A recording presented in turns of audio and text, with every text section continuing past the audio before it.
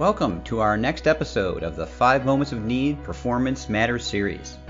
This is Bob Mosher, one of the many co-hosts you'll meet throughout this series. So friends, are you trying to learn more about the 5 moments of need? Maybe how to design for them, implement for them, measure them, and even sell them as an approach to your enterprise. Well, in the Performance Matters series, we will help you better understand the theory and best practices behind this powerful methodology, and offer proven ways to put the 5 moments of need into practice. We would like to welcome everyone back to another episode of the Performance Matters podcast series. Bob Mosher here, one of your co-hosts, of course, for this series. And this time around, we're going to actually start out with a brand new category. This one's called Technology Matters. In the broader scheme of doing 5 moments, clearly technology is part of the program. And ultimately, we find those that are successful with the 5 moments and getting into EPSSs and performance support are those that really ultimately adopt a really powerful tool for designing performance support, similar to we've adopted powerful tools for designing e-learning and other things that are in our arsenal. So today, we're very excited to welcome one of our technology partners to the 5 moments community. And we also find them to be just a wonderful partner in the marriage of the 5 moments, the folks from AskDelphi. And today, we have Robert Bezemer here to talk about their technology and technology in general. So, Robert, welcome. Thanks for the introduction. Welcome. Good afternoon from the Netherlands. Good morning to you listening in the US. Great. We appreciate you being here, my friend. So let's kind of get into this. Let's start broadly, of course, and then we'll get much more specific. So tell us a bit about AskDelphi. What is your elevator pitch to introduce your company? How long you've been around? Sort of give us the lay of the land. Yeah. Okay.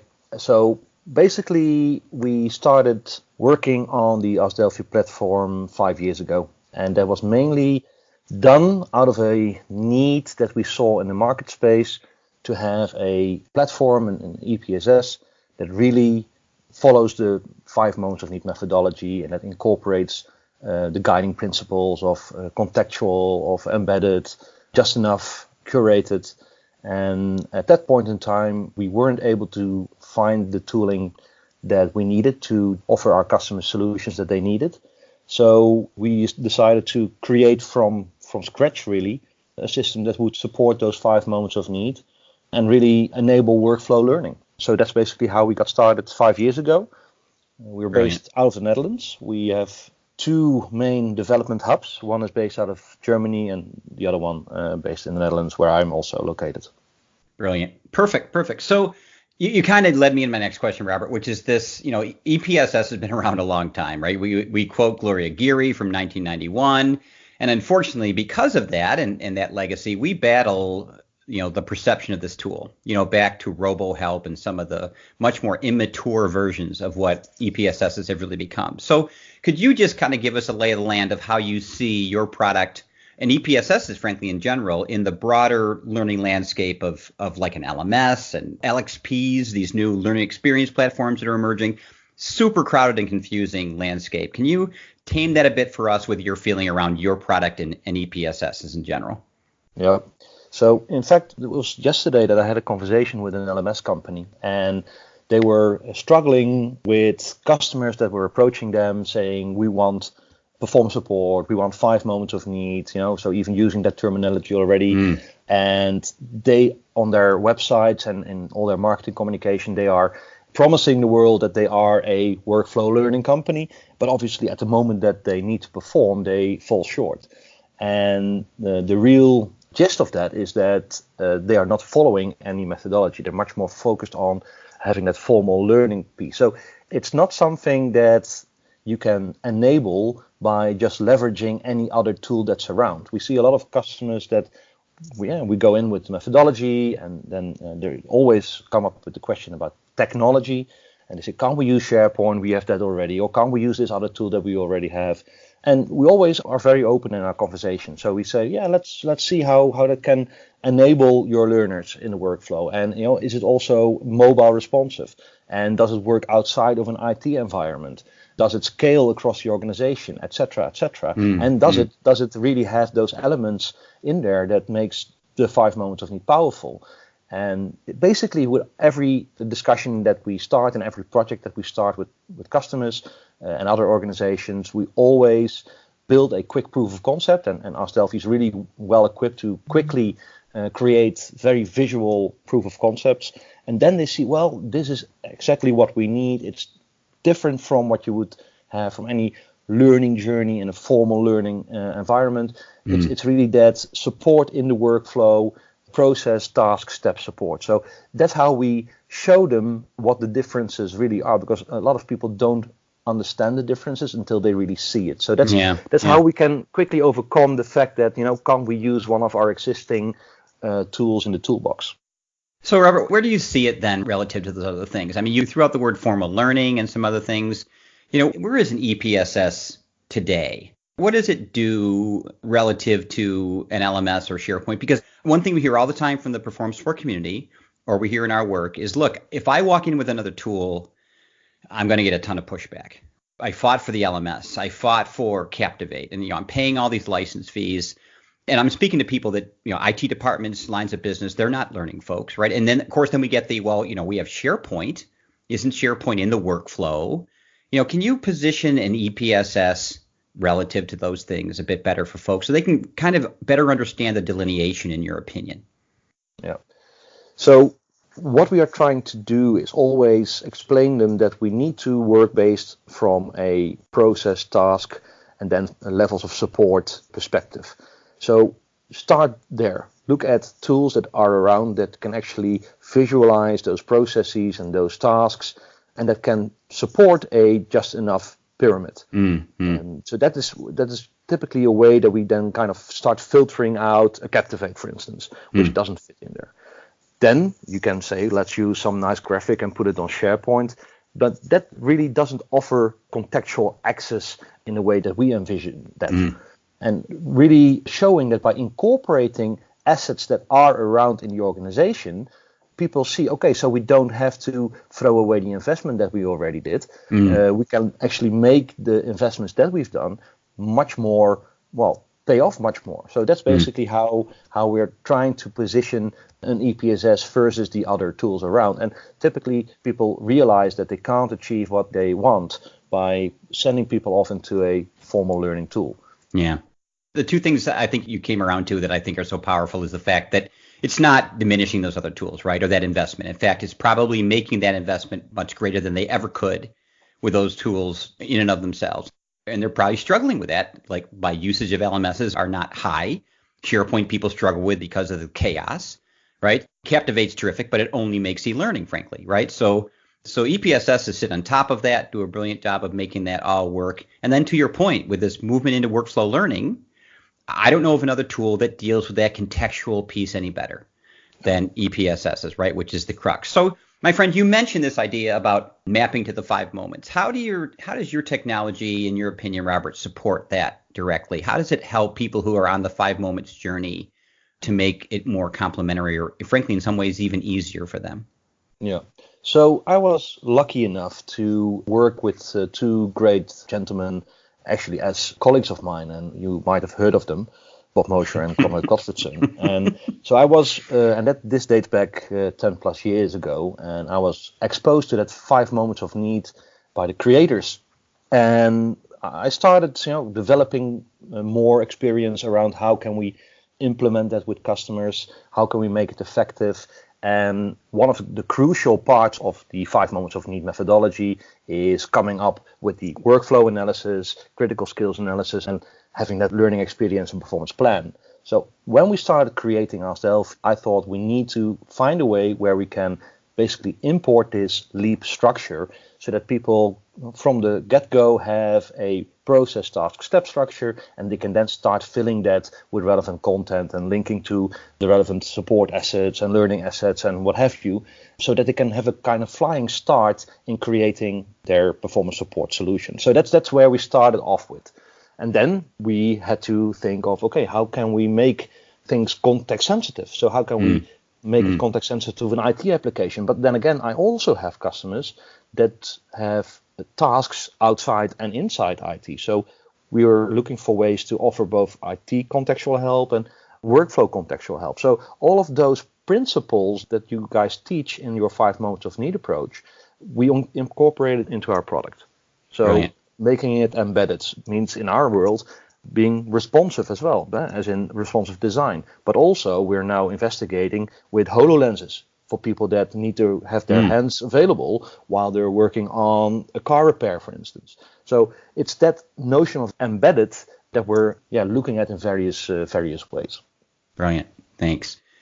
So tell us a bit more about your tool, my friend. Can you walk us through an example of your technology at its best? So, and again, I know we have to protect clients and so on, so totally comfortable with you just going generic with a company in finance or something. But can you give us a bit more of, because people want to see how this thing works. They're really trying to make that cognitive jump from these other tools to this. So can you give us a practical example of where your tool has really shined? Yeah, good question. And that really makes it come to life. So we have done a project for a large manufacturing company based out of the United States, but global in its operations. And their various manufacturing sites, had mixed performance, so to speak. So we went to one of their less performing sites and we did an analysis there on, okay, what is it that the floor operators are doing in order to get production from the start of the production line to the end of the production line and then into the shops that people then buy the products from. And in analyzing all those tasks, the criticality, we created a workflow learning solution, an EPSS, where operators in the production line can get access directly to relevant support information rather than having to go to those binders where you have the dust associated with that, and transforming the binders basically in a task-oriented way into our product, making it available right away on a, let's say, tablet on wheels, so people can access support information at the machine level, but also giving them useful support on SAP transaction codes, for instance, and bills of material and all other things that are relevant. And basically by doing that, we allowed them to really increase their operational performance. And things that you should think of then are an increase in operating efficiency, a reduction in unplanned downtime, those kind of business results we were achieving. What I love about that, Robert, is that gone are the days of talking about completion rates, right? And how many people took the course, and did they like the instructor, and do we think they learned a lot, and was the room comfortable, and in 30 days do you think you can possibly apply what you just learned? Everything you described was totally pivoting on performance. All the business metrics you described were ones that are most important to the business about what they do to win business, to remain solvent, to make money. And I think in L&D we've been dying for years to be able to build things or have our solutions directly impact that in a measurable way. And I just think that's so exciting for that L&D team that you worked with, and what EPSS in 5 moments does for our ability as L&D professionals. Yeah, and of course we are bringing learning much closer to actual performance, so we can now talk about these measures rather than having to talk only about did people learn something and do you think that they might be able to apply that. So we are so close to actually the doing of things that we can talk about those measures. Yeah, brilliant. So what you just described, my friend, is a brave new world for learners. It's not just new to the L&D folks, which clearly it is. We talked about that a bit earlier. But this is the situation you described of someone running off to a binder, or someone bothering their neighbor, or frankly, someone sitting there doing nothing until someone came along that could help them, and therefore the line was down. That describes the world of any worker. Right. Yep. So part of the success of the 5 moments and platforms like yours is that the learner realizes and frankly adopts a brand new way of learning. When you work with your clients, how do you help them with that side of this journey? How do you help them with the user adoption acceptance side of this new world? Just dropping a new tool will not fix any problems. How intuitive it is, you will always need to help users be self-supporting. And that actually starts in the classroom, or it starts in the formal learning moment, or in the introduction moment, if you like. So from you, Bob, I learned that ramp up, ramp down model, and that's basically the key to start introducing performance support right at the get-go, right at the beginning of the learning experience, and then the trainer or the formal learning tool, whatever it is, gradually gets less important and users get much more self-directed and have to solve questions using the performance support tool. And that's how they get acquainted to the system. And then in the end, the trainer is completely out of the actual supporting business and the learner is supporting him or herself. So that's, in my opinion, the most important way of making that change happen. Obviously, there are other ways, right? So needing to brand your product. We have customers that are completely rebranding our environment and are giving it names like Yellow and Snappy and other names, and really creating kind of Easter eggs so people want to work with the system and have some incentive to really get more acquainted. So it's this ramp up, ramp down model. That's the most important, but making it part of your own marketing strategy, basically. Yeah. Communication strategy, right? Change management. Yep. Yeah. The buy-in, the branding is big. Making it intrinsic to the nature of the context big, and getting managers to understand that this is not going off and wasting time. This is, if designed well, it's learning while doing. But at the same time, we've seen managers walk by seeing learners using these tools, and because it doesn't look like they're frankly in their work, they've literally stopped them from these things. So winning over these stakeholders that surround our learners, having them understand the power of these things. And I love your point about branding and marketing. It's really, I think it's a weak muscle for us as L&D because we frankly haven't had to do that to our formal products. People get it.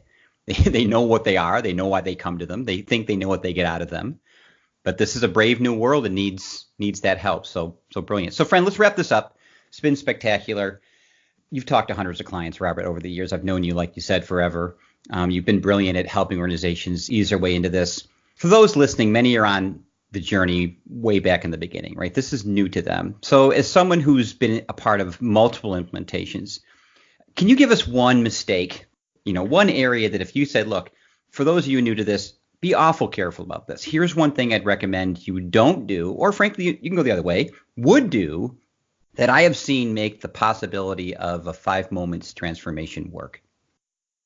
Yes. So what, in my opinion, is the most important pitfall is that people buy a piece of technology, learning experience and performance support platform, if you like, but have no methodology background behind it.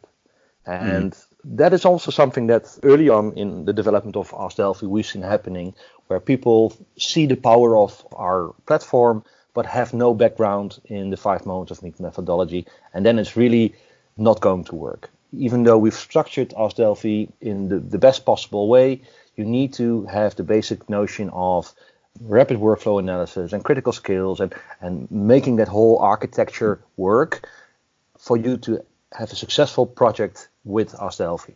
And so 5 moments of need knowledge and really being able to work with that, in my opinion, is crucial to any performance support project. Perfect ending, my friend. Robert, can't thank you enough. Can't think of a better way to kick off this Technology Matters series. So we'll be back again with future episodes. Thanks so much for listening, friends. And thanks, Robert, for being here. Thank you very much. Well, that's it for this episode of the 5 Moments of Need Performance Matters series. We look forward to future conversations around how to best put the 5 moments of need into practice. We welcome your feedback and can be reached on Twitter using my Twitter handle at BMOSH, as well as our 5 Moments of Need website, which is www.5momentsofneed.com. We hope you're finding these helpful and will subscribe to future episodes. Have a great day, friends.